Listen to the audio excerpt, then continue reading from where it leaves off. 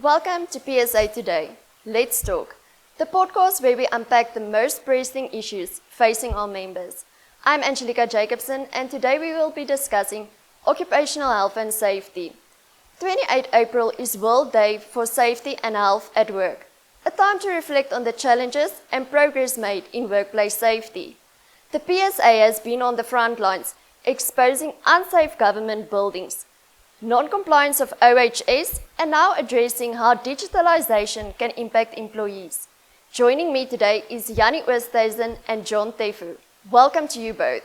Jannie, we have seen the PSA have raised serious concerns about unsafe government buildings, failing infrastructures, and security risks. As a union, what is your perspective? Well, first of all, the union is the watchdog on health and safety issues, and they must make sure that the government comply to health and safety standards as stipulated in the Occupational Health and Safety Act.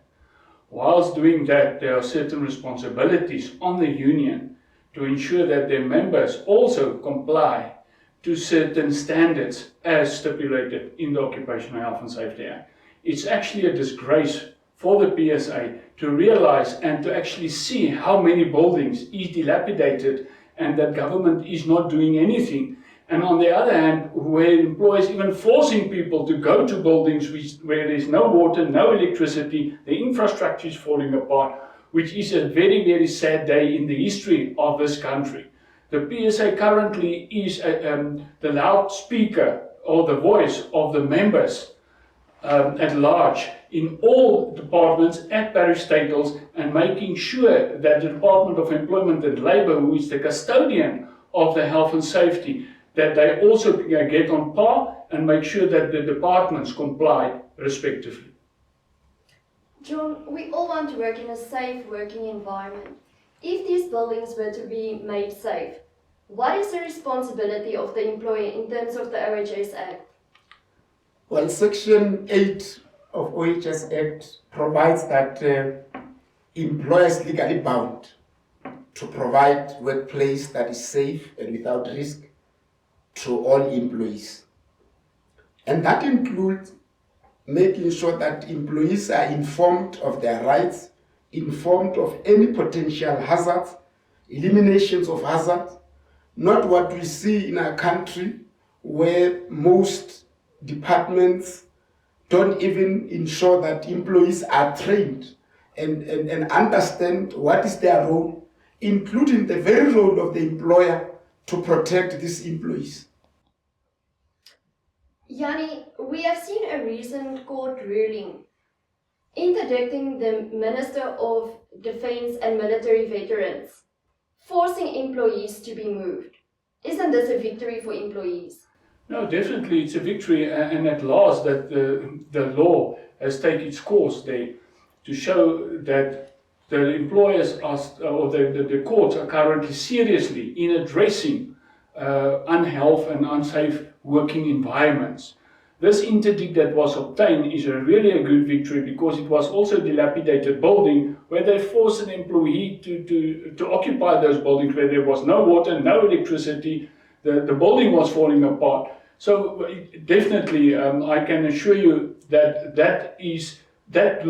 judgment creates jurisprudence from going forward, and I'm sure that employers will from now on going forward think twice before they force employees into buildings that is not in compliance with health and safety standards.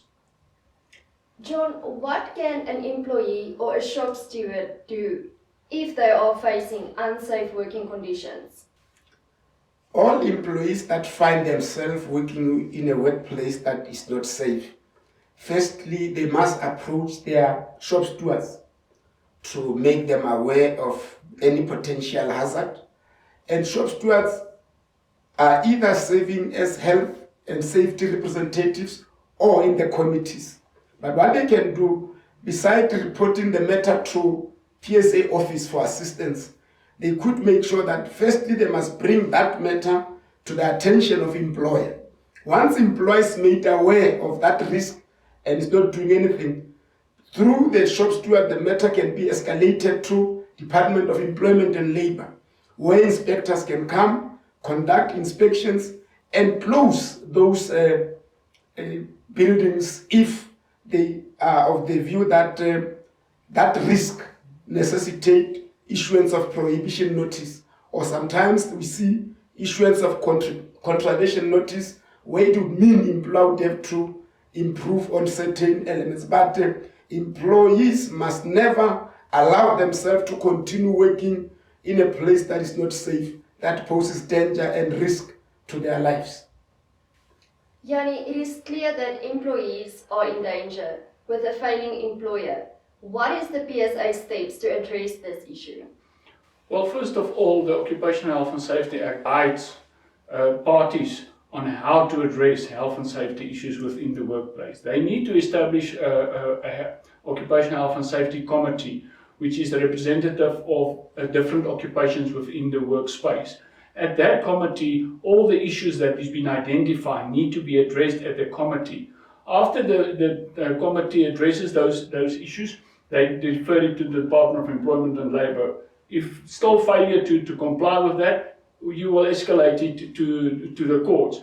But shop stewards, first of all, if an employee experiences any form of unhealth or safety environment, he needs to report it to his shop stewards. His shop stewards at his turn will again report it to the relevant powers to be, the DG or the HR or employee relations manager. Thereafter, it will go through the processes as stipulated in the Occupational Health and Safety Act. Failure to comply by the employers is being viewed in a very serious light, and the PSA is one of the biggest unions addressing the failures of the employers on occupational health and safety issues. We can call numerous instances where the employer is not complying. The recent hospital that caught fire over the weekend, I think it was Tembisa Hospital. Again, PSA was on the forefront. We were at the hospital, we were doing site inspections, we were working with the MEC through the hospitals, making sure that the patients that must be transferred, the employees that is working there,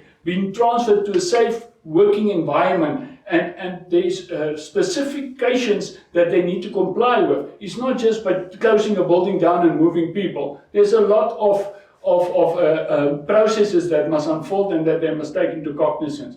So from PSA, we would advise all our shop stewards, all our employees, if they face a danger or health working environment risk, that they need to report it as soon as possible, because they also have an obligation in terms of the Act to report such health and safety hazards and make sure that they also comply with reasonable instructions from the employer as and when it is being given. John, any closing remarks from your side?